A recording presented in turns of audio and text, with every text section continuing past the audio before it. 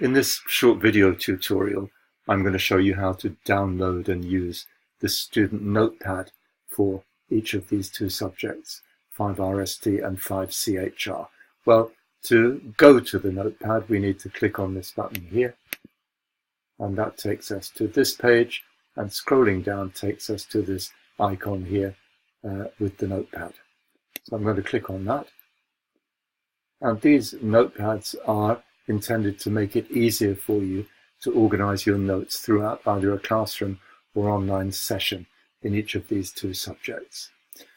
So what we do, we go to either this download button here or to the image and click on it. Incidentally, this video will appear here when it's completed. So click here,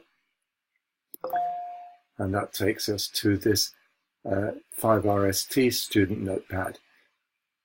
So you'll be able to see that what I've done here is really just to organize the content of the 5RST module into blocks. So first of all, I talk about the evidence, or I've copied the evidence that you need to provide, the word count and how it's divided. And then you have question 1, learning outcome 1, and underneath that learning outcome, the first assessment criterion. So everything in one place here. Question 1 and the assessment criteria you need to cover in your answer. Then the assessment criterion itself, which of course is what you're marked against. So if it says assess major contemporary labour market trends in different country contexts, that is exactly what you have to do. And underneath each of those questions or assessment criteria, a block where you can simply start making notes. Now, a word of caution here, this is a master document. So in order for you to have your own copy of the student notepad, I want you to do the following. I don't want you to type into this document here, it says master copy, please do not edit. But what you do need to do is come here, file, and then make a copy. Click make a copy. You can then change that to J's 5RST student notepad. Obviously, if your name's not J, don't call it J's student notepad. And I'm going to click OK.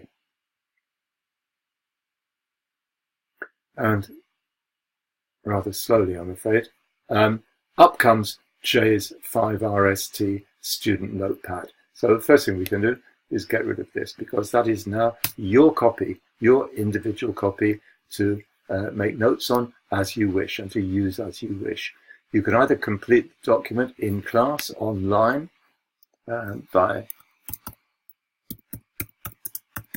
typing your notes here. So it's intended for you to be able to record key facts and key points so that when you come to start your assignment, probably knowing most students with only a few days to go, you can go back to this and prompt your memory about the kinds of things that you were advised in class or in discussion you realized were important things to mention in your answer to question 1, 1.1, and so on. So scroll down, and don't worry, this box will expand as you type into it. So there we go.